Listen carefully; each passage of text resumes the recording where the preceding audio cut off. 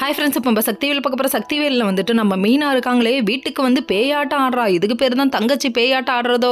அனபேலு பேய் வரான்னு பாட்டை போட்டு விட்டாங்களே, கரெக்டாக தான் இருக்குது அப்படிங்கிற மாதிரி ஆச்சு.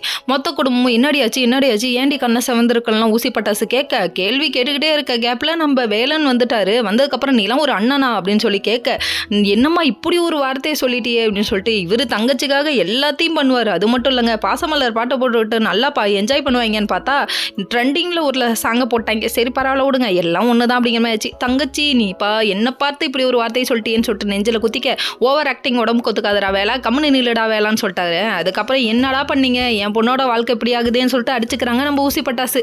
உனக்கு இது தேவைதாம்மா, நீ முதல்ல உன் மருமகளை நல்லா வச்சுக்க, அதுக்கப்புறம் உன் பொண்ணு நல்லா இருக்கு, அதை பற்றி பேசுவோம் அப்படின்ட்டாங்க. அதுக்கப்புறம் என்னதாம்மா சொல்ல வர, சுற்றி வளைச்சு சொல்லாமல் டேரெக்டாக விஷயத்துக்கு வாமான்னு சொல்லி கேள்வி கேட்க, என் மத்தாப்பு இருக்கே என் மத்தாப்பு, ஆமாம் என்ன இப்போ மத்தாப்புக்கு அப்படின்னு சொல்கிறாங்க. கடைசியில் பார்த்தா என் மத்தாப்போட பாசனி அடிச்சிட்டியா அண்ணா அப்படின்னு சொல்லிட்டாங்க. அதனால் என் மத்தாப்புக்கு வேலை போயிடுச்சு அப்படின்னு சொல்ல, நாங்கள் இனிமேட்டுக்கு கஷ்டப்படணுமே அப்படின்னு சொல்லிட்டாங்க. அது மட்டும் இல்லை, எது கொடுத்தாலும் இவங்க வாங்க மாட்டாங்களேன்னு சொல்ல, ஐயோ நான் தப்பு பண்ணிட்டேனேன்னு சொல்லிட்டு குற்றம் உணர்ச்சி கொள்ளுது. இதுக்கப்புறம் இதை வேற சொல்லி காமிக்கிறாங்க நம்ம சக்தி. தேவையா வேலை, நான் சொல்கிறத கேட்குறியான்னு சொல்கிறாங்க. அதுக்கப்புறம் சமாதானம் பண்ணலான்னு சொல்லிட்டு சேரன் வீட்டுக்கு வர, சேரன் மூஞ்சி தூக்கி வச்சுக்கிறாரு. என்னப்பா வீட்டுக்கு மாப்பிள்ளை வந்தால் இப்படியாப்பா பண்ணுவீங்க அப்படிங்கிற மாதிரி. இதுக்கு தான் ஐயா பொண்ணு கொடுத்து பொண்ணு எடுக்கக்கூடாதுன்னு சொல்கிறது. எல்லா சூழ்நிலையிலும் மூஞ்ச தூக்குறாங்க அப்படிங்கிற மாதிரி ஆயிடுச்சு. அதுக்கப்புறம் நம்ம சக்தியோட முகத்தை பார்க்கணுமே, பார்க்க முடியல. Okay friends, next